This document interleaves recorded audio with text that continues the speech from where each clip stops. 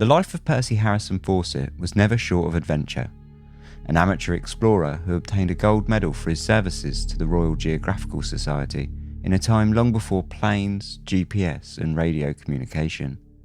He was a man with a story and a character so much larger than life that popular fiction has drawn influence on him for years, from Arthur Conan Doyle's The Lost World to the Hollywood archaeology of Indiana Jones, even making an appearance in Tintin and the Broken Ear as a blowpipe-wielding hermit.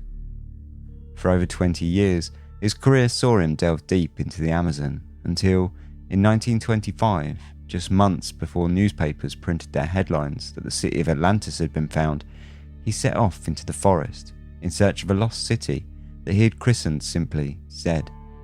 This is Dark Histories, where the facts are worse than fiction. Hello and welcome to Dark Histories Season 5, Episode 10. I'm Ben. Can you believe we're on Episode 10 already? This year seems to be absolutely flying, and we're cracking on to halfway through the 5th season already. Surely that must mean that summer is somewhere. Certainly not here yet, but anyway, we're going to crack straight onto this episode because don't have a lot of things to talk about in terms of news, and I think this one's another long one, so let's just get on with it. This is Percy Fawcett and the Lost City of Zed.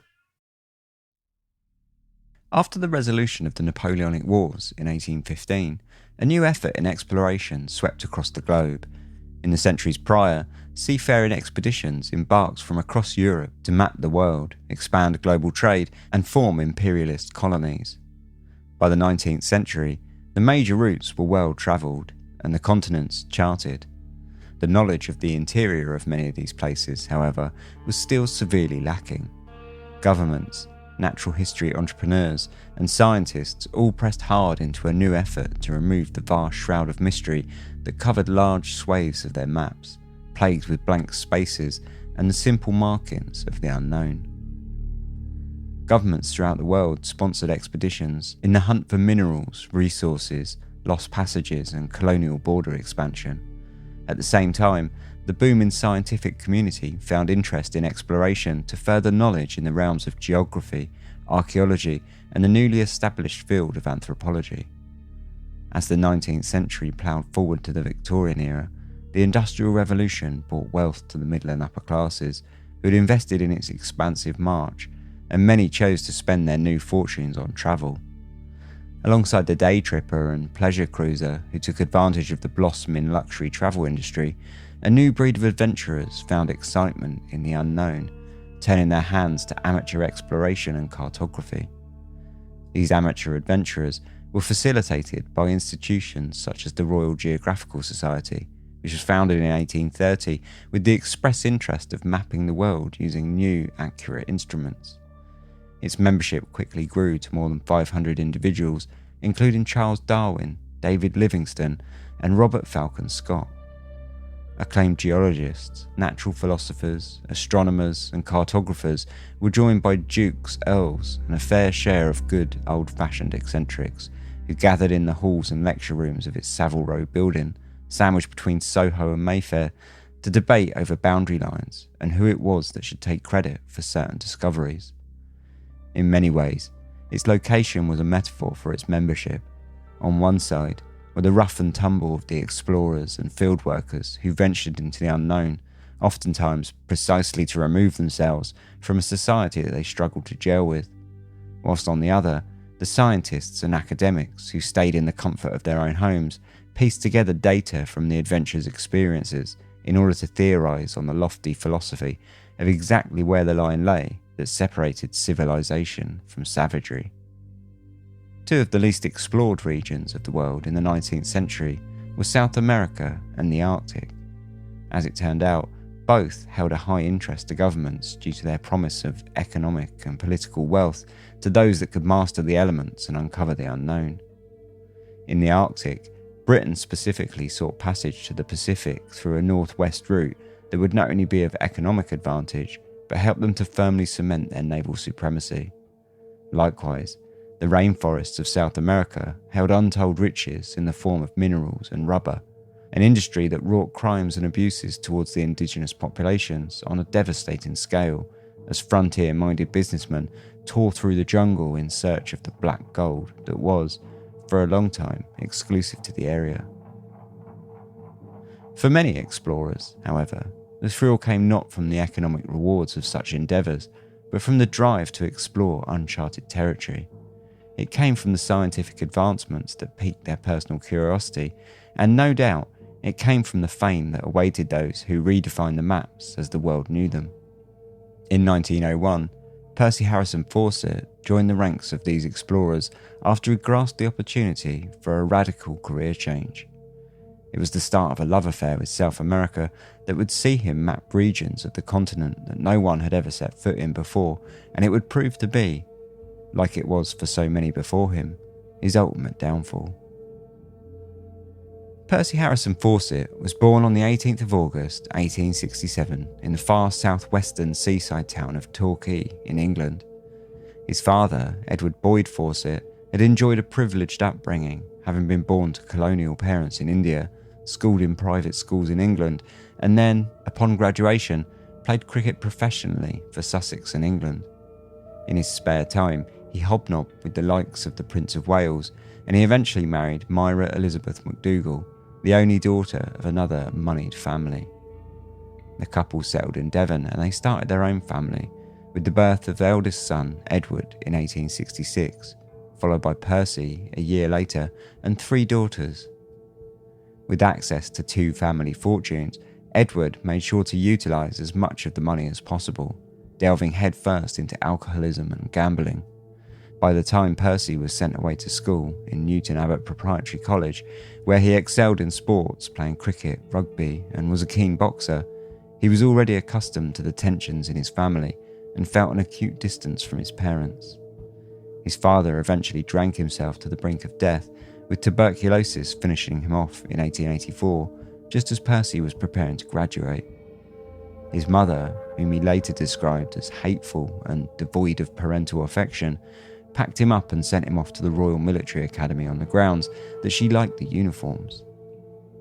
Despite this less than convincing entry into military life, Percy settled into the role well, moving to Ceylon after his academy graduation, where he was commissioned as lieutenant with the Royal Artillery. In Ceylon, Fawcett was stationed at Fort Frederick, a former Portuguese defensive structure built from the debris of an ancient Hindu temple. In the earliest years of his time in Ceylon, he met Nina Agnes Patterson whilst attending a gala on behalf of the visit of the Austrian Archduke Franz Ferdinand. He found an instant connection with Nina, with both being drawn to explorers' tales and the religion of Buddhism, a path thought to be considerably esoteric and spiritually adventurous at the time, and even somewhat scandalous for a British officer to be involved in. The pair formed a tight bond, and they engaged to be married. However, Fawcett's mother condemned the marriage and wrote to Percy to tell him that his wife was not the innocent young virgin that she presented herself as. Thought to be deceived, Percy called off the marriage and Nina returned to Britain heartbroken, eventually marrying another man, though it was a tragically short union as he died only 5 months later. Whilst in Ceylon, Fawcett grew to hate army life, but along with Nina, he also found another love in the form of archaeology. A colonial administrator had been handed a mysterious map with a trail that had marched off into the interior of Ceylon. Having no use for the map and knowing that Fawcett was interested in such things, he gave the map to him later and told him that the trail supposedly led to a cave filled with gold and raw gemstones that had once belonged to an old king. As Fawcett took the map, his eyes lit up. The administrator warned him that the cave was apparently surrounded by leopards.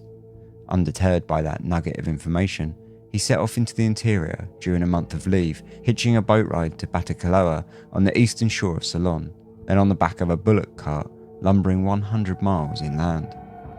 The treasure hunt eventually failed to turn up any lost fortunes, but it sparked a sense of adventure in Fawcett that he would never truly shake.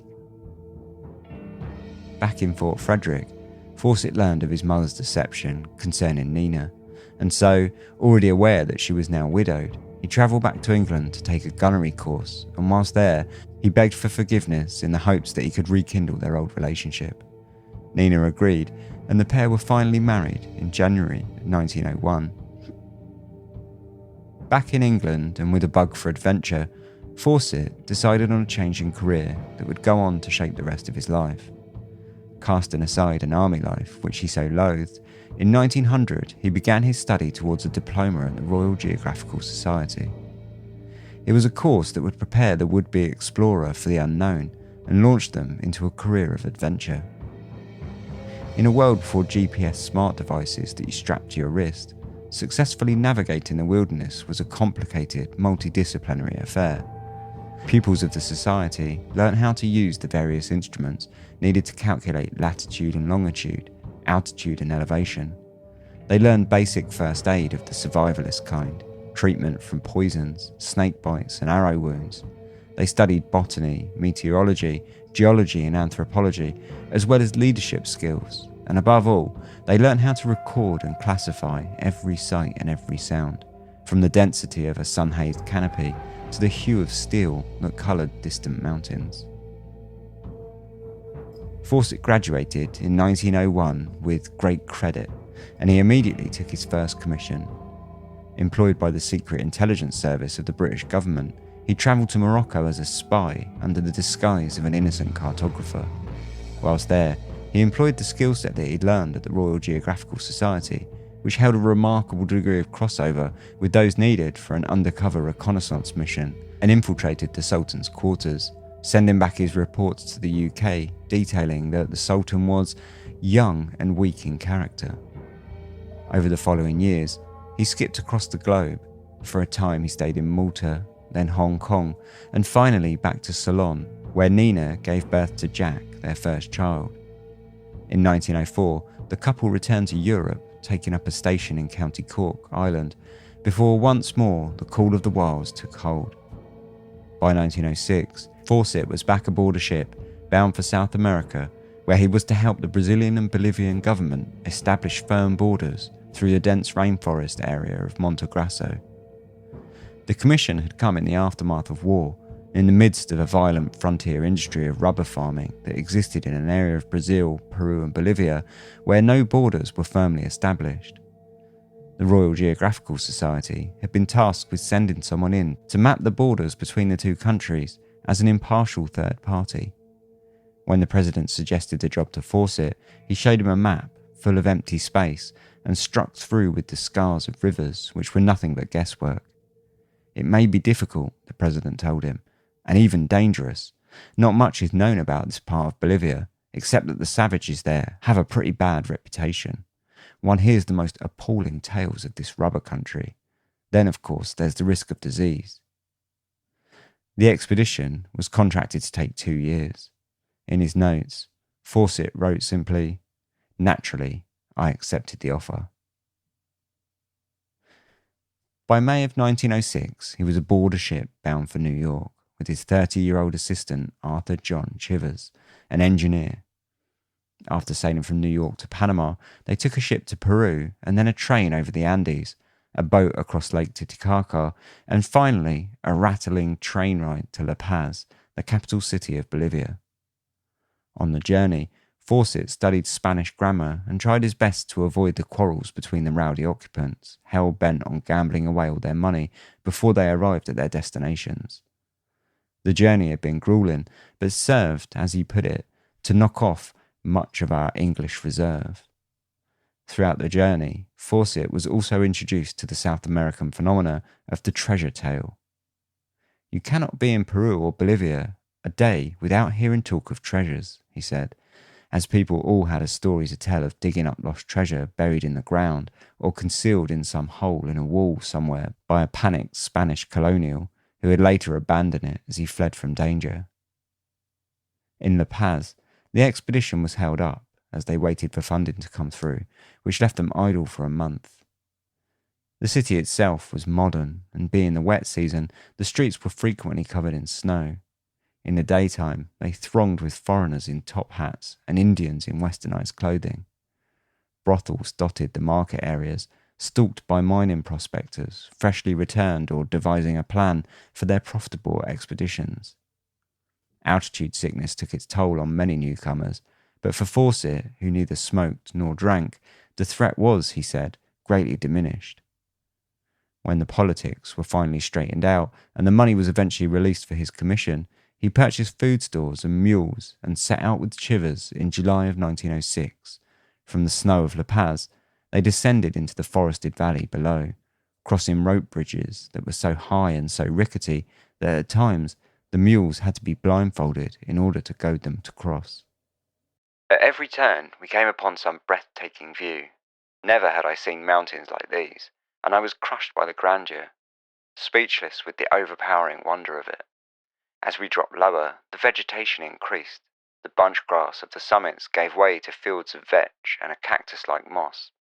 A few stunted trees made their appearance, short and twisted, like witches suddenly transformed by some magician's art while engaged in an unholy Sabbath. Then we were in the midst of organ cactus, its dismal grey candles springing up from the slightest crevices in the rocks. From the snow of the Andes into the subtropical rainforest, they dived from one challenging environment directly into another. They built rafts from trees, enlisted the help of several locals, and started their long 600-mile journey downriver, negotiating rapids, whirlpools, and waterfalls. As they hopped from one outpost to another, encountering all manner of characters, from drunk Indians to American and British rubber and gold prospectors, riddled with exotic diseases like malaria, beriberi, and espundia, a parasitic disease picked up from insects that causes ulcers to form around the nose and mouth and eventually eats away at the flesh. They sailed on deep into rubber country. Here Fawcett viewed with his own eyes the devastation that had been caused by the industry. Rubber barons were in the midst of carrying out practical genocide on the population of the forest, kidnapping Indians and committing them to slavery and killing any that stood in their way of profit. No government inspector who valued his skin would venture into the rubber country and send back an honest report. The arm of vengeance was long, and in Montana, life was held very cheap. The violence carried out by the rubber companies made travel difficult for any foreigner, who was now eyed with little more than contempt by many local indigenous populations. Slaving raids on the savages were a common practice.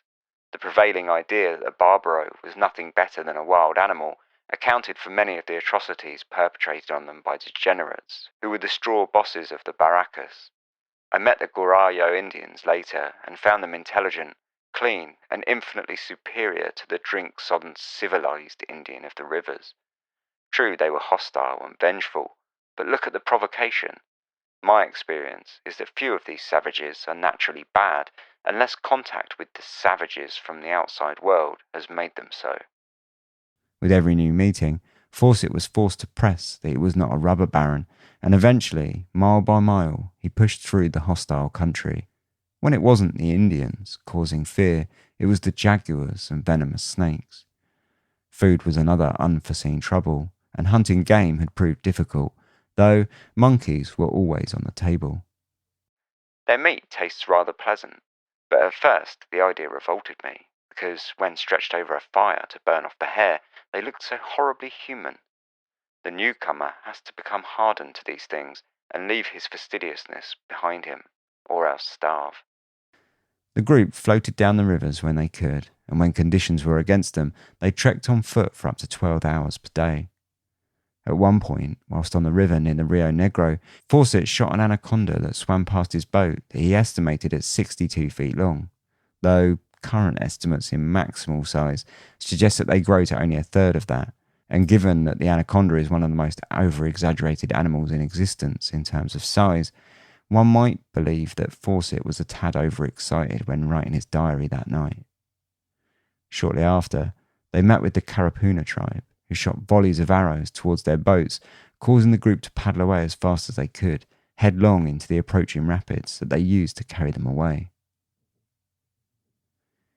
In October of 1907, Fawcett found himself back in La Paz, handing over his maps and reports to the Bolivian government officials. Having handed in the work ahead of time, he now found the officials perfectly accommodating, and they offered him more work if he was interested. For the time being, however, it seemed that he had seen all that he needed to stave off his hunger for exploration. Ahead of me was the glorious prospect of home. For the present, I was satiated with the wild, and my mind was full of the coming journey to the coast, of the lazy sea voyage, and the sight of England with its funny little trees, neat fields, and fairy tale villages. Of my wife, the 4-year-old Jack, and the latest arrival, Brian. I wanted to forget atrocities, to put slavery, murder, and horrible disease behind me, and to look again at respectable old ladies whose ideas of vice ended with the indiscretions of so-and-so's housemaid. I wanted to listen to the everyday chit-chat of the village parson, discuss the uncertainties of the weather with the yokels, and pick up the daily paper on my breakfast plate. I wanted, in short, to just be ordinary, to dig in the garden, to tuck up the kids after a bedtime story, to settle down by the fire with my wife beside me, busy at her mending. Those were the things I yearned for most. It would be agreeable to me to return and carry out another boundary survey, but if my own government refused to grant an extension of my services, well, perhaps it wouldn't be so bad after all. Or so he thought. Fawcett passed Christmas at home with his family, but very soon after, he began to feel the urge to return to South America. Sitting idle at home began to drive him in circles, and he became quickly agitated. Deep down inside of me, a tiny voice was calling. At first, scarcely audible, it persisted until I could no longer ignore it. It was the voice of the wild places, and I knew that it was now part of me forever. I knew I loved that hell. Its fiendish grasp had captured me, and I wanted to see it again. By March of 1908, he was once more back aboard a ship, steaming across the Atlantic, bound for Buenos Aires. On this trip, Fawcett was tasked with mapping the Rio Verde River and trace it to its source. Armed with the experience of his last trip, this time he came better equipped for the task and brought his own instruments from England, as well as abundant stores and a case of champagne for entertainment purposes. He ventured out from Corumba in the Mato Grosso region of Brazil, situated on the Paraguay River, trekking 400 miles northwest with a crew consisting of his assistant, Frank Fisher, and 7 recruits. They sailed in boats past the Ricardo Franco Hills, an area that Fawcett later went on to describe for Arthur Conan Doyle, who was seeking ideas for a novel set in South America that would eventually culminate in his 1912 publication of The Lost World. As they continued on their journey, however, passage grew tougher and tougher, and within 9 days, the group were entirely out of food. It was the start of what would quickly turn into a nightmare, as Fisher fell sick and another member of the group fell victim of infection and was unable to carry his own share of the supplies. When he went missing from the group, Fawcett found him sitting up against a tree, crying and begging to be left to die. Fawcett took out his knife, stabbed him in the rib cage, and told him that if he was to die, then it would be on his feet, and he forced the man to continue on with the group. Kindness, Fawcett said, is no good in these cases. After a month of following the river, close to starvation, Fawcett ordered Fisher to round up the men's guns in order to prevent mutiny and cannibalism. As close to death as he'd ever been, the group was saved when a deer wandered unsuspectingly into the group's path. At 300 yards, it wasn't the easiest shot to make at the best of conditions, and now, weakened by hunger, it was all the more tricky. Fawcett unslung his rifle from his shoulder, took aim and squeezed the trigger. The group fed well that night, and the next day they found a beehive full of honey. It was sustenance enough, and 5 days later the group stumbled out of the forest into the settlement of Villa Bella, the river mapped. Fawcett sent a letter to the Royal Geographical Society. The river was explored at last, and its course found to differ entirely from the guesswork of 1873. Its source was in springs, not in a lake as had been thought.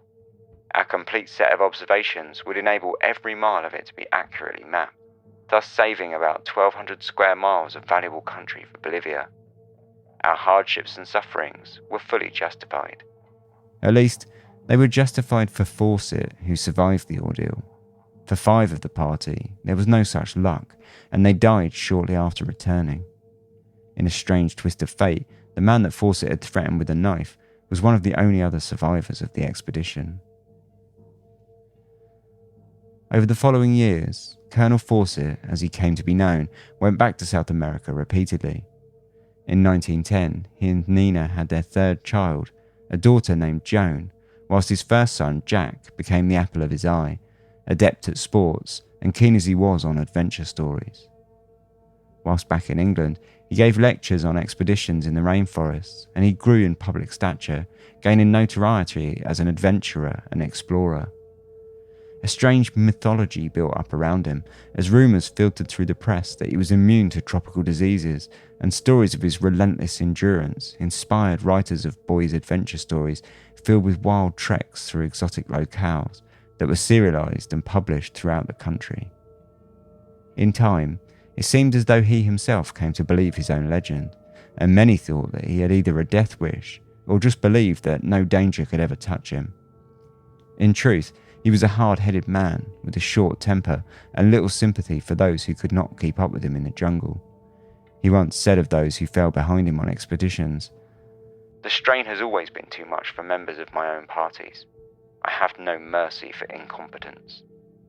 It was almost prophetic when, in 1911, he went on an expedition with the famed Scottish Arctic explorer and polar scientist James Murray. Accompanied by Henry Manley, a 26-year-old British explorer, and Henry Costin, a former military gym instructor, the group were once again tasked with charting a region of the jungle on the border of Peru and Bolivia. Costin had accompanied Fawcett on expeditions before, concluding that it's hell alright, but one kind of likes it. By all accounts, he was Fawcett's kind of guy, and he became one of his most cherished assistants over the following years, accompanying him on several more expeditions. When writing about him, Fawcett had said simply, "Never have I wished for better company." The group departed on October the 4th, 1911, and were immediately set upon by troubles. At night, vampire bats chewed through their bug nets in order to bite at their skin. Manley and Costin both fell sick, and the pack of animals fell to disease, infection and sickness.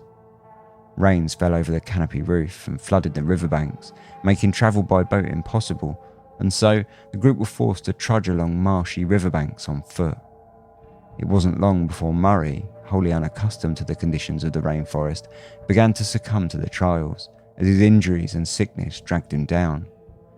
When he eventually passed out from exhaustion and got himself lost from the group, his relief upon rediscovery was short-lived, as Fawcett scolded him for slowing the group down. In truth, Murray's wounds were growing rotten and infested with maggots, and Fawcett was anxious that he could not survive long enough to get him out of the jungle in time. Costin too was suffering badly with a spundia, and Manley had malaria. When they found a cluster of plantations owned by the Akoka tribe, they stayed in their shelter for several days, using traditional tribal remedies to remove the maggots from their festering wounds and regaining their strength. The tribespeople continued with the group for several days, hunting food and helping them through the forest until they found a camp where they met a trader with a mule that agreed to take Murray out of the forest and back to civilization. When Fawcett, Manley and Costin finally emerged months later, their task complete, they were concerned with Murray's lack of arrival back in La Paz. Fawcett wrote to tell the Royal Geographical Society what had happened, mentioning that when they secured him a ride out of the jungle, he was more or less walking dead. As it happened though, Murray had survived, but he'd just been dropped off by the trader at an outpost where a family had nursed him back to health. When he did return to La Paz, he was furious at Fawcett for his treatment of him in the jungle, and when they returned to England, he threatened to sue him for mistreatment. The Royal Geographical Society managed to step in and smooth the whole thing over, which was fortunate because Fawcett was not doing much smoothing himself. Strictly speaking, he owes his condition to unsanitary habits, insatiability for food, and excessive partiality for strong liquor, all of which are suicidal in such places.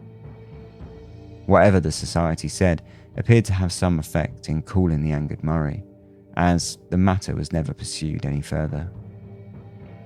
By now, Fawcett had spent considerable time in the jungle, and with his travels, he had started to conjure up some fairly peculiar ideas. Throughout his expeditions, he had found broken pieces of pottery dotted across the landscape, and met with tribes who had music, folklore and oral history as strong as any Western culture. He watched the indigenous people with great care, and he oftentimes marvelled at the ingenuity of their solutions to things like medicine, hunting, and of how they thrived in an environment that killed outsiders with such ease. Before long, like so many before him, he began to imagine the concept of a lost city, abandoned and reclaimed by the forest, once populated by an ancient civilization that were by now lost to time. As the years ticked by and his expeditions continued, he even came up with a name for this lost city of his imagination. He called it simply Zed. He began carrying around a 10-inch statue of a figure carved from black basalt that had been given to him by his friend Sir Henry Rider Haggard, an English writer of adventure fiction. Around the figure's chest was a plaque inscribed with several alien characters, and Fawcett was sure that it was both genuine and from an ancient civilization.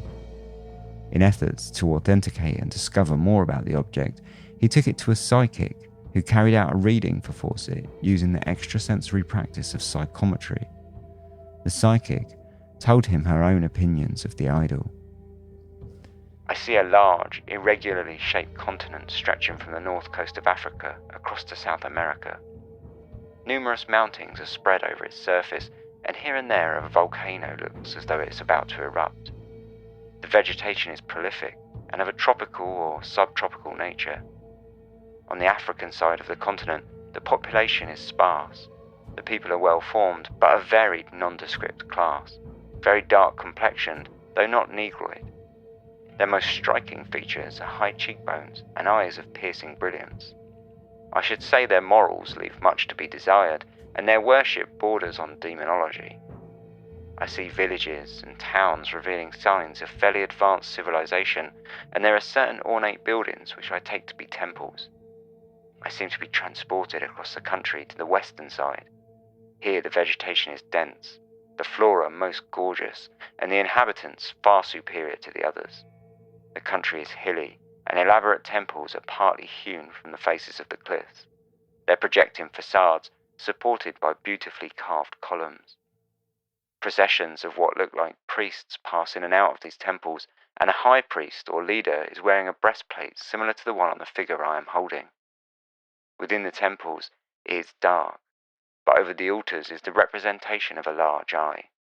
The priests are making invocations to this eye, and the whole ritual seems to be of an occult nature, coupled with a sacrificial system, though whether human or animal, I cannot see.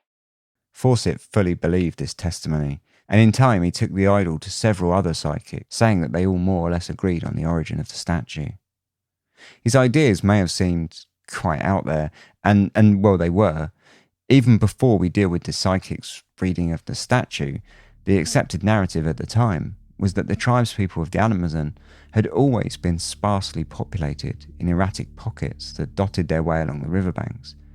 In typical colonial fashion, they were seen as inferior people, incapable of complex societies, and with Darwin's theory of evolution as evidence, some people even posited that they were less evolved than the supposedly far more civilized Europeans.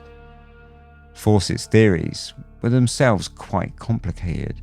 They were coloured heavily by the dominating European outlook on indigenous races at the time, and whilst Fawcett treated them kindly for the time, and he abhorred the conditions of slavery and genocide that were enforced by the frontiersmen and profiteers that he saw routinely throughout his expeditions, he still often referred to them in terms comparing them to animals and beasts, and in his kindest speech, he spoke only of how the best of them very nearly matched up with ordinary Europeans. Now, however, he began to believe that these same people were potentially capable of creating a wondrous city of spectacular architecture, populated by a complex society. Naturally, the best way to square this notion was to assume that the Indians of the lost civilization in his theories were different in some way, or somehow linked to the Westerner with ancient European heritage. At the very least, the concept of a city was not entirely pie in the sky. In 1911, shortly after his return to England, the American academic and explorer Hiram Bingham III had just discovered the Incan citadel of Machu Picchu. It was a stunning discovery that only fed into Fawcett's imagination as evidence that his lost city was perfectly credible. I had by this time heard in several places vague traditions about remains of the ancient civilizations, and my imagination was stirred by them to such an extent that the urge to investigate was becoming more and more insistent. Just as Machu Picchu's location was unknown throughout the colonial epoch, so may other places yet to be discovered form the basis for many of the legends familiar to the indigene. Over the next few years, Fawcett began piecing together scraps from old colonial legends of the lost city of El Dorado. The Spanish conquistadors had chronicled stories of the city of gold for centuries, beginning way back in the 16th century with a legend of a great city ruled by a king who daily dusted himself with powdered gold and whose primary economy was dominated with fields upon fields of cinnamon. In 1541, Gonzalo Pizarro launched an expedition to find this lost city of gold that consisted of 200 armed soldiers, 2,000 hunting dogs and 4,000 Indians. In the year-long trek through the jungle, they found only a few cinnamon trees before most of the group's animals were eaten. Most of the Indians were dead from starvation, disease or torture. And in August 1542, the remaining men were split into two groups, with one group, led by Francisco de Orellana, taking a raft and casting themselves off into the river. Months later, they were ejected out into the Atlantic Ocean, and they became the first Europeans to travel the length of the Amazon. When Pizarro returned, it was with a party of only 80 men. Several more groups set out to find the lost city, and they all ended up failing equally as badly. In the National Library of Brazil, Fawcett dug up an old manuscript, known simply as Manuscript 512, written by an unknown Portuguese author that told of a tall mountain range, which, when scaled, overlooked a city in the forest below. When the writers of the manuscript approached the city, they found it was abandoned and adorned with Roman arches and spires. The end of the manuscript is concluded with a series of strange crosses and loops, which Fawcett believed to be hieroglyphs, supposedly copied from the walls of these ruins. By the 20th century, most accepted that El Dorado was nothing but a myth, told as convenient embellishments to elaborate excuses by the conquistadors who failed in their expeditions, or as romantic exaggerations by drunken firesides. Fawcett, however, now found elements of truth in the legends, and he became convinced that there were ruins within the Mato Grosso region that he had been exploring. In a remarkably out-of-the-box theory for the time, he considered that there may have been far greater populations of indigenous peoples in the Amazon prior to the genocides carried out by the Spanish and the rubber companies, the slavers and the frontiersmen. It was a theory that would prove to be almost 75 years ahead of its time. Back in the first half of the 20th century, however, his ideas only raised eyebrows in the Royal Geographical Society, and by and large, he played much of his hand close to his chest, quietly writing in diaries and notebooks his plans to front an expedition to find this lost city of Zed. As Fawcett's plans grew more and more elaborate, and he began to seek funding for the expedition, 1914 struck, and with it, a heavy derailment. The outbreak of the First World War saw everything cast aside, and Fawcett sailed back to England to volunteer. Despite being 47 years old, he served on the Western Front, commanding an artillery brigade as a major in the Royal Field Artillery. 2 years later, he was promoted to lieutenant colonel, receiving the Distinguished Service Order for his role in the fighting. Shortly after that, he received a Founder's Medal from the Royal Geographical Society for his services in mapping South America, and he took leave to attend the presentation, only to return to the front just in time to participate in the Battle of the Somme. Writing for a newspaper editorial on his experience of war, he said, "Civilization, ye gods, to see what one has seen, the word is an absurdity. It has been an insane explosion of the lowest human emotions." A year later, he was hospitalised after being gassed. It's next to impossible to determine when exactly Fawcett's interests in finding Zed went from a keen interest to an obsession, but it seems easy to imagine that the conditions of war turned one's attention towards faraway jungles, and he found solace in imagined paradises. Either way, before the war was even over, he was writing to the Royal Geographical Society, attempting to secure funding for the expedition that would go and find Zed, and by the time the fighting was over, Fawcett returned to his quest with a renewed vigour. Securing funding for the trip proved to be difficult, even after the war had ended. Furthermore, his devoted assistant Manley had died of heart disease, and Costin had married and decided to settle down far away from any rainforests. By 1920, many scientific societies were turning their backs on the amateur explorers of old that they once relied so heavily upon, and instead were handing their funding over to more and more academics. It's likely that Fawcett would have struggled to lock down financial support for almost any expedition, but to expect to get funding for what most considered to be a fanciful jaunt into a fairy tale was next to impossible. Growing paranoid, when Fawcett was forced to expand upon his reasons for going back to the jungle, he would talk in as vague terms as possible, both to keep his route as secret and to dodge the questioning looks that his answer would ultimately face if he told the truth. Fawcett's renewed interest in spiritualism after the war was equally not helping matters, and despite many esoteric beliefs enjoying a great surge after the war, people still began to mutter about Fawcett's strange behaviour and ideas in the halls of the Royal Geographical Society. His interest in spiritualism was not, in fact, entirely new, and both Percy and his wife had had long ties with psychics, and they'd visited countless mediums, partaking in seances over the years. They were also fairly heavily associated with theosophy and the teachings of the Russian philosopher Madame Blavatsky, who drew on the Eastern religion's concepts of karma and reincarnation and mixed them with ideas of an ancient, long-extinct race of spiritual masters. Fawcett even began writing editorials for several esoteric periodicals. With little money of his own and seeing very little chance of securing funding from the British societies, he moved his family to Jamaica and began petitioning the Brazilian governments for funding directly. Fawcett held a meeting with the Brazilian president and his assistant, who was suspicious of his true motives, suggesting that he may have been using the Lost City story as a cover for a spy operation or seeking to prospect for minerals. Eventually, Fawcett convinced them otherwise, and they agreed to fund the expedition on the caveat that it be run jointly by both the British and Brazilian government. Fawcett agreed, though ultimately it needn't have mattered either way, as the Brazilian government backed out before the expedition even began, citing financial difficulties. For Fawcett, the politics were irrelevant. He was just happy to be on the trail for Zed.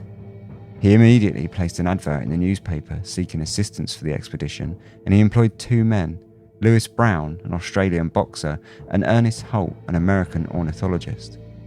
The expedition would have to be kept small due to financial constraints, but that mattered little to Fawcett, who had always much preferred smaller parties anyway, believing them to pose much less of a threat to the indigenous tribes, and therefore placed them on stronger footing for friendship when they crossed paths. The group gathered in Cuiabá, where Fawcett secured 2 horses and 2 hunting dogs for the trip.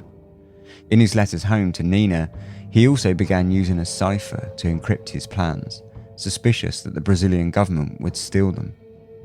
The 3 men marched out of Cuiabá and headed north to almost immediate trouble. The first to break down was Brown. Fawcett had been sure that he'd selected an assistant made for the wilds, but quickly the conditions in the rainforest drove him into a mental breakdown. The group sent him back to Cuiabá and they pressed on a man down. But then, something entirely new happened. Fawcett took an injury to the leg that became so swollen and infected that it was now he who was the one slowing down the group. After so many years of believing himself invincible, he now finally knew what it felt like to be dragged through the tropical forest. Only, for him, it was the promise of finding Zed doing the dragging rather than a puffed-up explorer. In a sorry state, the group made camp and Fawcett shot their dying horses. After so long seeking funding, and after so much planning in his mind, the expedition was over. He marked their location on the map, christening the area Dead Horse Camp, and called an end to the expedition, turning back to Cuiabá as a failure. Embarrassed and ashamed, Fawcett returned to health and began restocking to return to the jungle, sacking Holt in the progress. Despite the fact that the assistant had stuck with him throughout the grueling mission and refused to turn back when given a chance. Confused, the scientist wrote in his diary, "After close association with Colonel Fawcett for a period covering 1 year, I find that the lesson most clearly impressed upon my mind is, never again, under any circumstances, form any connections with any Englishman whatsoever." Fawcett sold half of his military pension in order to restock his supplies, and then, alone, he turned back out into the jungle. 3 months later, half starved to death, he was forced to retreat. His search for Zed had been nothing but a failure. The following year, Fawcett began planning once more. Unable to afford assistance, he propositioned his son, Jack, now reaching his 20s. Jack had always been enamoured with his father's stories of adventure, and for a long time he had seen him as the ideal figure to follow in his footsteps. When he asked him if he would join him on his next expedition to find Zed, his son jumped at the chance.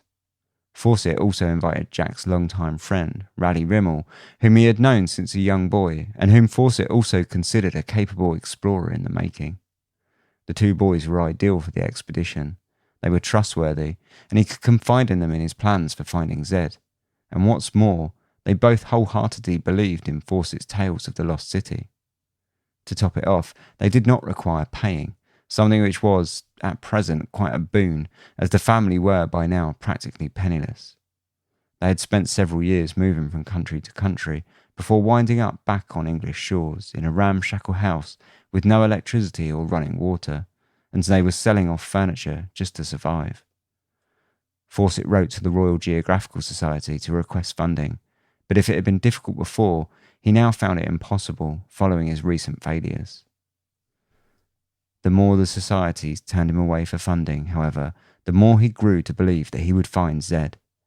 He visited seances with Nina, where he asked spirit mediums if he would ever find the lost city, and they all assured him that he would, which bolstered his resolve. As rumours reached the Royal Geographical Society, one member wrote that he believed Fawcett was becoming a trifle unbalanced. By 1924, just as the situation began to feel hopeless, Fawcett met with George Lynch, a British war correspondent with connections to the American press. Lynch heard out Fawcett, and he agreed to use his influence to attempt to rustle up private funding, in exchange for a share of any profits that the expedition would make. With little other choice, Fawcett agreed, and within days, Lynch had sold the rights to cover the expedition to the North American Newspaper Alliance. Off the back of the press interest, the American Geographic Society pitched in with a grant of $1,000, and this was quickly followed by the Museum of the American Indian, who volunteered a further $1,000. With the American backing assured, Fawcett wrote one final time to the Royal Geographical Society, and this time he held the cards. He insisted that they would not want to be left in the dark, and nor would he wish them to be after all that they had done together, and finally, the Society agreed to fund his equipment on the expedition. In total, with Lynch's help, the expedition had managed to rustle together $5,000 in funds. It was a paltry sum in reality, but enough to get the expedition underway, provided Fawcett, nor Jack, nor Raleigh were to draw a salary. On December 3rd, the trio met up in New York, ready to board a ship for South America. Nothing on this trip was ever easy, however, and on the eve of their departure, Lynch decided to go out and get drunk and splash a considerable sum of the expedition's money on prostitutes, throwing the entire plan into jeopardy. At the last minute, John D. Rockefeller, the son of the famous American business magnate, donated $4,500 to the expedition off the back of the media hype following the group's departure. In January 1925, Colonel Fawcett, by now aged 58, his 21-year-old son Jack, and his friend Raleigh walked over the gangplank to board the SS Vauban in New York, bound for Rio de Janeiro. Naturally, the press, who had paid well for the story, descended on the expedition to milk it for every cent.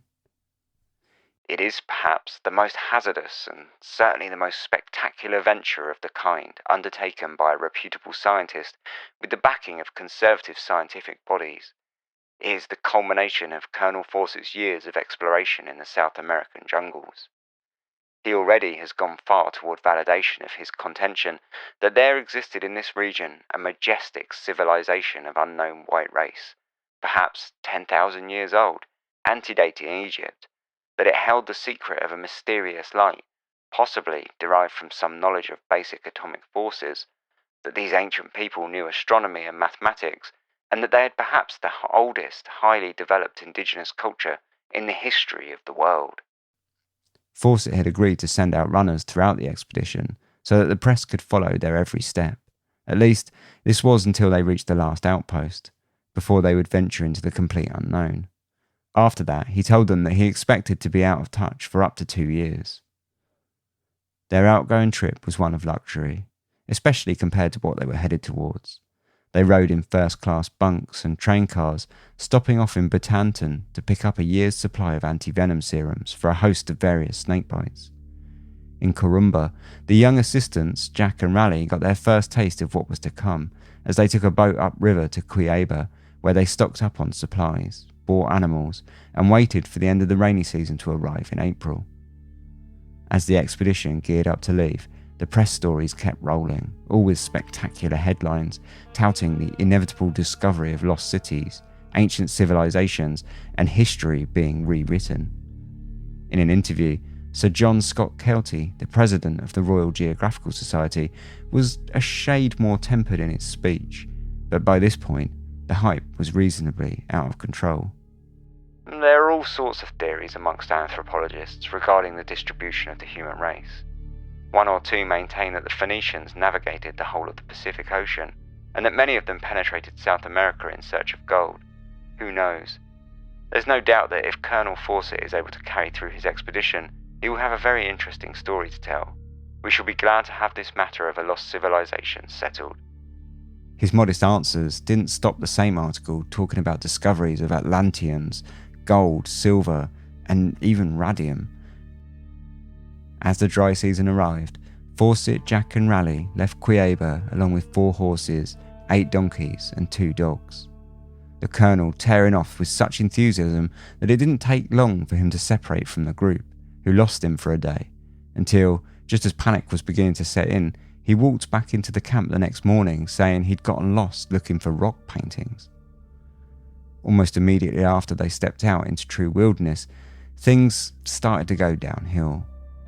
Raleigh injured his foot, which became swollen as it was bitten by insects, and Jack, who had felt his friend had been turning soft after he met a girl on the outward trip, began to suspect that he may not be up for the task.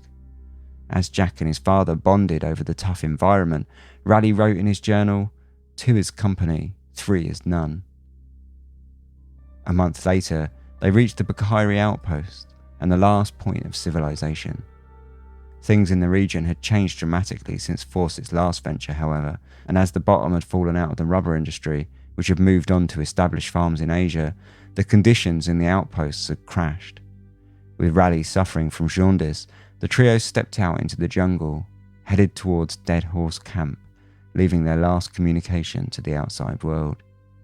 Already we have advanced so far into the unknown that this letter, dispatched by courier, may require months to reach the nearest post or cable office, and thousands of American readers who have followed our initial plans and theories with sympathy and interest will peruse these words months after I have written them. By the time this dispatch is printed, we shall have long since disappeared into the unknown. Weeks and months passed with no communication from the expedition. 1925 reached its end and turned over another year, and still no word had come. But it wasn't until July that anyone dared print their anxieties. Since Fawcett had told the press himself that he may not be able to communicate for up to 2 years, no one dared to think the worst.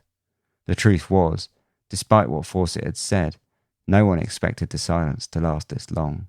Surely Fawcett's knowledge of the jungle and his skills in diplomacy with the forest tribes would keep them safe. Surely they would return, torn and haggard, stumbling from some tree line somewhere after a year of living with some unknown lost civilization. Surely it would all just be a matter of time. But the weeks turned into months, and the months years. Eventually, the truth had to be faced. Colonel Percy Fawcett was gone. Eventually, in 1927, after 2 years had passed, unspoken fears became printed stories, and theories began to swirl around the disappearance of the expedition.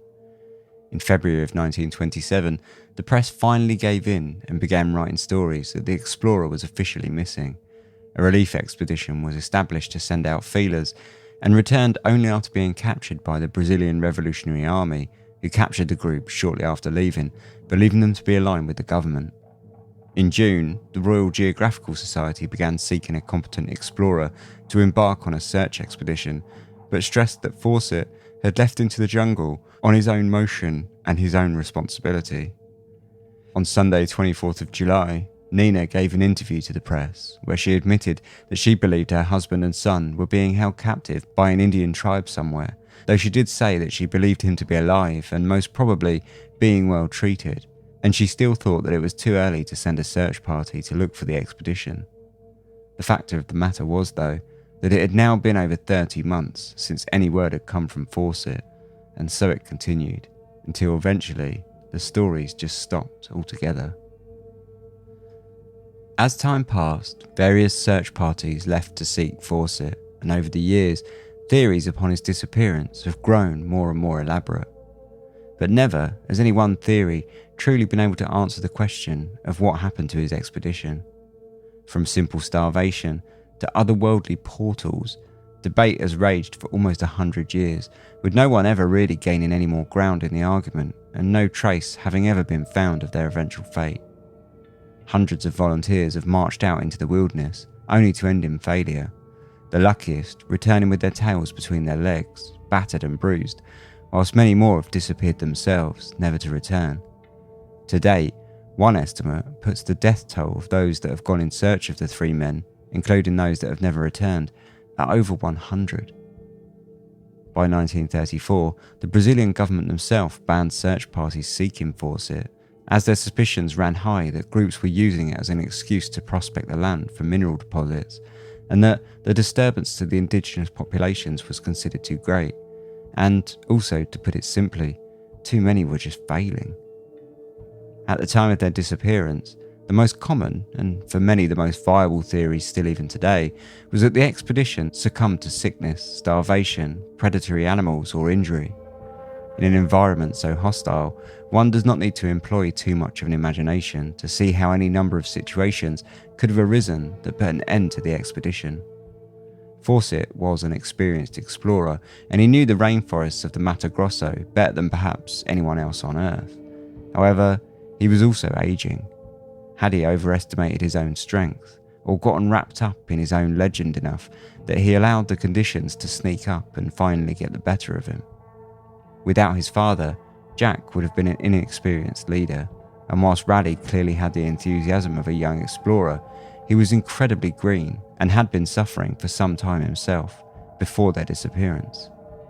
It's hard to imagine that either young man would have the necessary skill set to draw upon for their survival should Fawcett have become incapacitated. Fawcett himself said of the boys that they would have to learn to swim by being flung into deep water. The contemporary theory that the group had been captured by a tribe of hostile Indians was equally popular. In time, it was a theory that only grew in likelihood as stories began to filter out from rescue parties and expeditions that followed the group's route and spoke to members of the tribes in outposts that Fawcett was known to stay in. At the time, it was not completely uncommon for certain tribes to take outsiders hostage, demanding a ransom for their safe release, usually paid in equipment. The tribes of the Arumas, Sayas, and the Zavantes were all known to have been hostile to Europeans who encroached on their land, and stories of killings were not that unusual. The first organised search expeditions took place in the late 20s, and several came across pieces of old equipment thought to have once belonged to Fawcett, now in the hands of tribes, though how they got there was difficult to establish. Most claimed to have been gifted the items, a knife here, a compass there, from Fawcett himself during earlier expeditions, and it's certainly true that Fawcett would have gifted hundreds of pieces of equipment to various tribes during his expeditions, but their presence only fueled the rumours that the group had been killed by hostile tribes. In 1979, a man named Brian Ridout was making a wildlife documentary in Brazil when he heard rumours that Fawcett's gold signet ring, complete with engraving, had shown up in a store in Cuiabá. Ridout went seeking the ring, but by the time he tracked it down, the owner had passed away. Asking his wife, she searched through his possessions and drew out the ring, eventually seeing it return to Fawcett's last surviving relatives, his granddaughter back in the UK. Fawcett's relationship with the tribespeople of the Amazon is without question complicated. On one hand, he took a pacifistic approach towards meetings, something that plenty of other people chose to skip on. But on the other, he viewed them through the contemporary racist colonial lens. He may not have shot them, but he absolutely looked down upon them as savages, and there are theories that suggest that this was ultimately his downfall. Underestimating danger and shrugging off proper etiquette were two of his potential faults, with the bigoted belief of his own divine right as a European colonial the most dangerous third. In 1932, a man named Stefan Ratin turned up in the British Embassy in Sao Paulo, insisting that he speak with the consul urgently in regards to Fawcett. He said that he had been out hunting with friends near the Tapajo River when he had met with the tribe who were holding an elderly white man prisoner. Ratin claimed to have spoken with the man, who told him that his name was Percy Fawcett, and he asked him to go to the embassy on his behalf and tell them that he was being held against his will. Ratin was able to describe Fawcett perfectly, but eventually his story began to fall apart. If the tribe really were holding Fawcett prisoner, why had they let Ratin go? Being able to describe Fawcett wasn't that difficult. He had posed for newspaper cameras plenty enough in the run-up to his final expedition. Probably most damning, however, was the fact that Ratin claimed to have met Fawcett 500 miles away from his last known location. Ratin, however, was adamant. He headed up a small, unpaid expedition back to where he claimed to have met the man, but the group disappeared shortly after they headed into hostile territory and were never seen nor heard from again. But still, there were stranger rumours. One in particular told of a group of travellers who had met Fawcett in a forest where he was now living as a hermit, and in 1937, an American missionary named Martha Monick met a boy in the tribal village of Kuikuro who they claimed was the son of Jack Fawcett and an Indian woman. 6 years later, a Brazilian newspaper magnate dispatched a reporter into the forest to ferret out the boy. When he returned with a 17-year-old light-skinned Indian named Delipe, it was to much press excitement, until it was realised that the boy was simply an albino.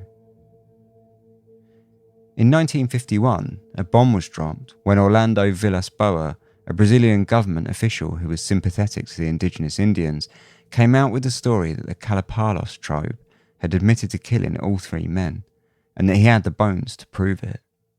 Once more, though, as time passed, parts of the story were seemingly not adding up. Stories of the men's killing differed between members of the tribe, and an inspection of the bones by the Royal Anthropological Society in London flagged up a drastic height difference in the remains, as well as extreme dental discrepancies. The upper jaw provides the clearest possible evidence that these remains were not those of Colonel Fawcett, whose spare upper denture is fortunately available for comparison. As it turned out, Villas-Boas had concocted the story in attempts to protect the tribes by putting an end to the constant stream of search parties looking for Fawcett.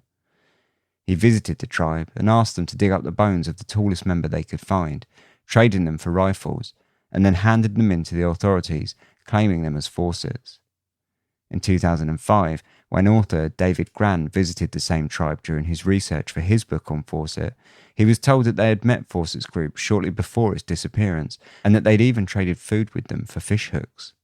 After that, they had allowed the group to rest in the village, before they set off east into hostile territory, despite the tribe's insistence that that direction was too dangerous. Gran was told that they had seen the smoke of Fawcett's campfire moving easterly for 5 days before nothing on the 6th day. The tribe had attempted to track the group, but they found no further trace. In 1968, one of the more strange theories emerged when cult leader Udo Luckner founded a group called the Magical Nucleus. The group drew on a rich vein of superstition surrounding the Roncador Mountains of the Mato Grosso that told of stories of UFOs, lost cities of elementals, and caves inhabited by unknown beings.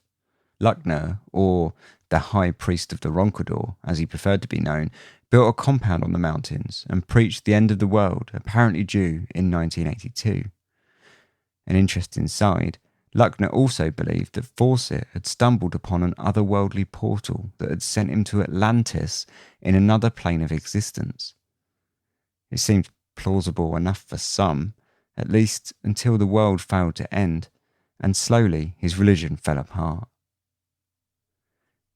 Equally as odd is the theory that emerged in 2004, put together in play format by Michelle Williams, a Czech writer and television producer, who believes that Fawcett ventured out into the forest not to find the lost city of Zed at all, but rather to found his own paradise on Earth, which he apparently referred to as the Great Scheme. Fawcett's plan, suggested Williams, was to form a commune consisting of people who rejected the materialism of society and develop a mystic conscience, worshipping a religion centering on his son Jack, who would be handed over to Earth Guardians to be possessed so that they could live on in his body. It might sound just a touch peculiar, but Williams apparently did come to all of his conclusions with the help of Fawcett's own papers that were held by his family in secret and unpublished, which he used to write the play based on the explorer's life and supposed ultimate plans, drawing extensively on Fawcett's links with the occult and his theosophist ideas that he'd picked up from Madame Blavatsky. Criticisms of Williams' theory would be many, but just to start, we can ask why Nina spent her entire life questioning the death of her husband and son if she knew all along that they were living up in a commune in the jungle, as well as asking why she did not ever join them. And all of this is before we even get to the fact that the expedition was simply just not equipped to found a commune in the wilderness. Nevertheless, it does remain true that Fawcett did have some fairly out there beliefs in life, and he had dabbled rather heavily in esoteric philosophy. Throughout her own life, Nina Fawcett had turned repeatedly to spiritualism to seek answers. She had long held the belief that her husband and son would show up alive, and she visited several psychics and took part in seances that assured her the same. In 1953, she died penniless in a boarding house in Brighton, England, shortly before Brian Fawcett published his book, Exploration Fawcett, that pieced together his father's notes on his expedition to find Zed. In the book, Brian Fawcett does come to similar, if not slightly more tempered conclusions to Williams, when he suggests that Zed was possibly a spiritual allegory rather than any true physical space. For many, however, the city of Zed is much more likely to have been a true lost city in a far more traditional sense. In recent years, much of what Fawcett believed and was derided for at the time has come to be proven true. It is now accepted that before European colonialists ever set foot in the Amazon, bringing with them disease, slavery and genocidal tendencies, it was a host to a great number of tribes with a combined population that sat in the hundreds of thousands, if not millions. New research has challenged the old accepted truths that tribes were always sparse, tiny cultures dotted throughout the landscape here and there, and new satellite imagery has turned up evidence of ancient geoliths, moats, palisades, plazas, earthworks and great roads connecting large settlements, built not from stone but organic materials and now lost to the jungle. There is evidence of agriculture and art, with remains of pottery discovered dating back over 7,500 years. This suggests that it was a land far more advanced than was ever suspected. Fawcett went looking for Zed with the typical bias of an early 20th century European explorer. He sought a city based on Western aesthetics. The pottery shards he found came from a city over the horizon and just out of sight. He never considered that remnants of the true Zed were under his very feet the whole time, and just as it had been consumed by the relentless forest, so too was his eventual fate, reclaimed by nature and lost forever.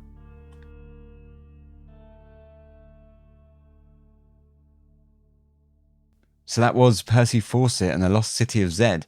I hope you enjoyed it. It's a bonkers story, and it's a really quite complex story in a lot of ways. There are a few things that I mainly want to talk about, so we'll get to them after these short advert breaks. Thanks for listening to Dark Histories. This podcast is entirely independent and funded by myself and listener support, so in order to do that, I need to run a few ads. Our long-time advertising partner is Audible, and the reason I've stuck with them for so long is that they offer a service that I actually use and enjoy myself. And I do think it actually offers value to people like myself who enjoy podcasts. If you're unaware of what Audible is, it's an audiobook subscription service which charges a monthly fee in return for 1 credit, which you're free to spend on any audiobook you like.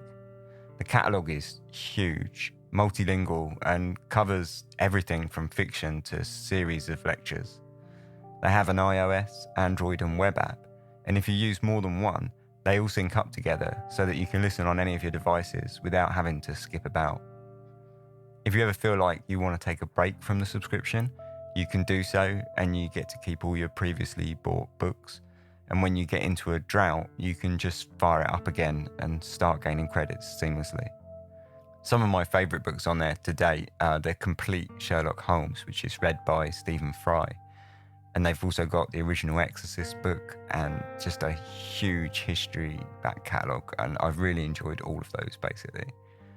So if this sounds like something you might be interested in, head over to audible.com/dark histories. And that's dark histories, all one word. And you can start a free trial that offers a monthly subscription with 1 free credit so that you can instantly pick an audiobook of your choice. If at the end of the trial you feel like it's not really for you, you can just cancel it and it's cost you nothing and you get to keep your free book. So once again, that's audible.com/dark histories, or you can find the link in the show notes. So earlier I mentioned listener support, and there are a ton of ways that you can get involved and support Dark Histories. The main way is to become a Patreon patron. If you listen to a lot of podcasts, I'm sure you're familiar by now, but for those not so much, Patreon is a way to make a monthly pledge in return for some small perks.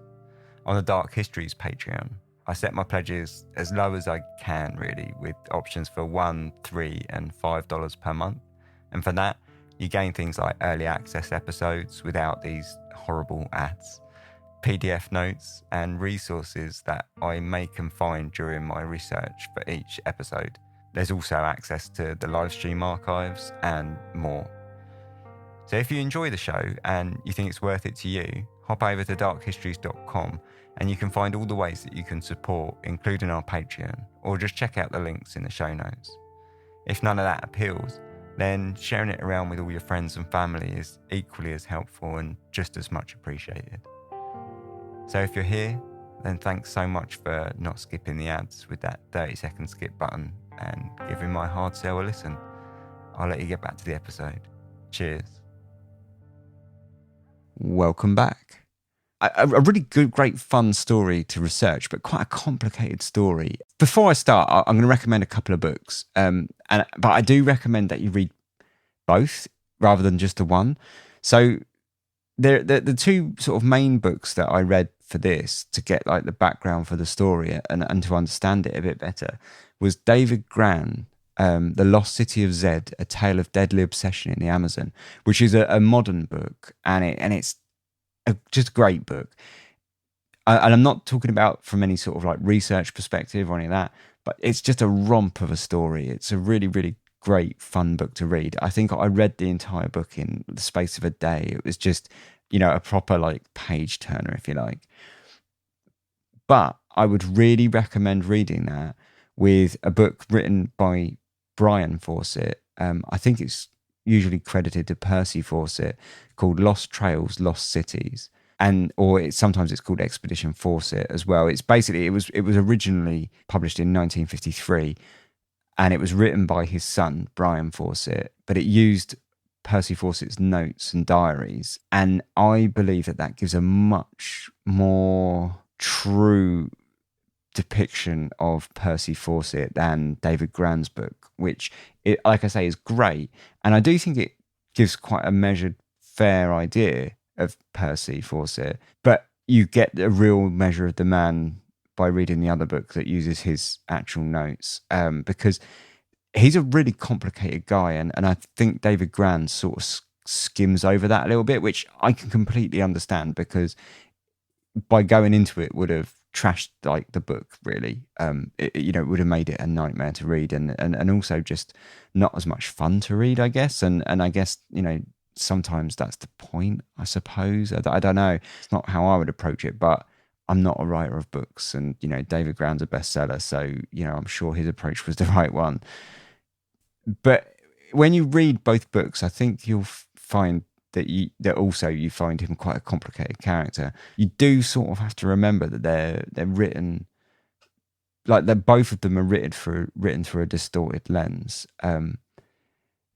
So with David Ground's book, it's like I say, it's sort of written through the idea of like a great page turning blockbuster, and I think that's fine, but you have to recognise that really going in. And then the other book, you sort of have to remember that that's written by his son, who was clearly going to colour the tale. There are things that he concealed on intentionally, and there are probably elements to his father's character that he would have concealed as well. So they're both great books. They're both really brilliant. Some of the best books that I've read, at least for this season of Dark Histories, and I really recommend. I say especially the David Ground book, and then I feel like after that, read the Percy Fawcett book to get a true picture. And I think that I really do recommend reading them because they're great fun. But yeah, I found like upon finishing both of those books and then reading more about Percy Fawcett that I came away with a really complicated picture. The point, there is a point to this anyway. Like it does sort of play into why I think he disappeared and all the rest of it. But in David Ground's book, he talks very much as if Percy Fawcett was this like perfect kind of pacifist who, was like friends with the tribes and all the rest of it. And I don't think that's necessarily that true. When you read his own notes, you see that he was a proper colonial racist. He very much looked down upon the tribes. And this is why I say he's complicated, because on one hand, he's talking about these tribal people as if they're like basically animals, and it's quite jarring to read. You have to read it understanding that it was written in 1920 to really understand why he's saying these things. But on the other hand, he's really damning the genocide that was going on and the slavery, and he talks with real passion about his distaste for that. And to get to the point, it's what I think makes it difficult about his disappearance, because I think that heavily plays into his disappearance. So talk about his disappearance. Really, I mean, I think you can think at 58 years old and probably the only one on the mission with any experience and any expertise, it's not hard to believe that it was sickness or injury, that basically starvation, any of these things could easily have ended up leading to their death. And then there's like the secondary theory that sort of goes alongside that in many ways, is that they were picked up by a hostile tribe. And this is where the complicated attitudes of Fawcett really come into it, because in David Ground's book, he very much paints Fawcett as this kind of like benevolent guy to the tribes who was friends with everyone, who spoke loads of languages. But in truth, that wasn't necessarily the case. He, like I say, he was pacifist to a degree. He didn't go around shooting them and genociding them, but he hit them and he stabbed them with knives and he yelled at them, and he certainly treated them like lesser people, like we say, and he certainly underestimated them. At one point he talks about how they can't shoot, because they get too excited at the sight of a foreigner, and then they lose all ability to shoot. So he was never scared to be shot at, and you think an arrow is going to hit him eventually if that's all he's going on. But it's that typical holier than thou, greater than thou kind of European colonial attitude, where he saw them as lesser than him. He saw the savages as less than him, and there are also a lot of examples where he didn't really like follow the correct etiquette, so he wouldn't give them gifts and things like that, which was like a mutual reciprocated thing. If you were a traveller in the rainforest, you gave the tribes gift, and they sort of gave you their hospitality, and they often gave you gifts back. But if you didn't give them gifts, things were slightly different, because you were, after all, encroaching on their land. You were there because they allowed you to be there. So if he was kind of ignoring this kind of like standard etiquette that was accepted, again, you can see he's like really like the provocations. So I believe, anyway, my point is, I believe that's probably what happened. He was told, like warned by several tribes before he left, that he was heading in a direction towards hostile tribes, like tribes who were just utterly hostile to Europeans and, you know, outsiders. And he went anyway, and he went with not enough of a party to have any substantial gifts on him. And he went probably poorly equipped. So when you look at it like that, I think probably we know his fate. So that's what I believe anyway. But all of that aside, and kind of like, you know, moving past that, what a great story. And it gets absolutely bonkers when he gets into like the lost city of Zed, and you start going down these rabbit holes of his beliefs, and they're just crazy. He's got, you know, all these esoteric beliefs from like the early 20th century of like spiritualism and theosophism, and you know, he was really involved in this Madame Blavatsky, and you know, he went to seances, and you read the theory by Michelle Williams. I mean, to say it's out there is an understatement. But when you start looking at his actual views, and I do think that Fawcett probably did hold a lot of those opinions and did have a lot of those really out there views. Whether or not I think he went off into the forest and made a commune revolving around a religion that was centered on his son, I don't know if I can go that far. But I do think he probably did hold those views. Again, it's another thing that I probably recommend you read if you really find this story interesting, and it, you know, why not, is Michelle Williams's play, because it's available online and you can read it, and it tells his theory basically on what he thinks happened, because it's a telling of Percy Fawcett's life as he believes it to have happened. So that's basically his theory. The play is his theory, and it's pretty out there. So yeah, I definitely recommend that. Otherwise, a great story and full of loads of rabbit holes and some like really interesting mystery going on there. And, you know, the idea that maybe Zed really did exist, probably in a very different way to how he believed it. That's that. If you'd like to get in touch with me, you can contact me. contact@darkhistories.com is the email. You can find all the links to the social media, Twitter, Instagram, Facebook, all that. That'll be in the show notes. It's also all on the website, which is darkhistories.com. If you would like to support, you can also find links to that at darkhistories.com. Obviously, that's all completely voluntary. And also T-shirts and stuff like that is on... you'll find, again, links to all of that, darkhistories.com. Probably best go there. Thanks very much for listening. I'll be back in a couple of weeks. So until then, thanks for listening and take care. Sleep tight.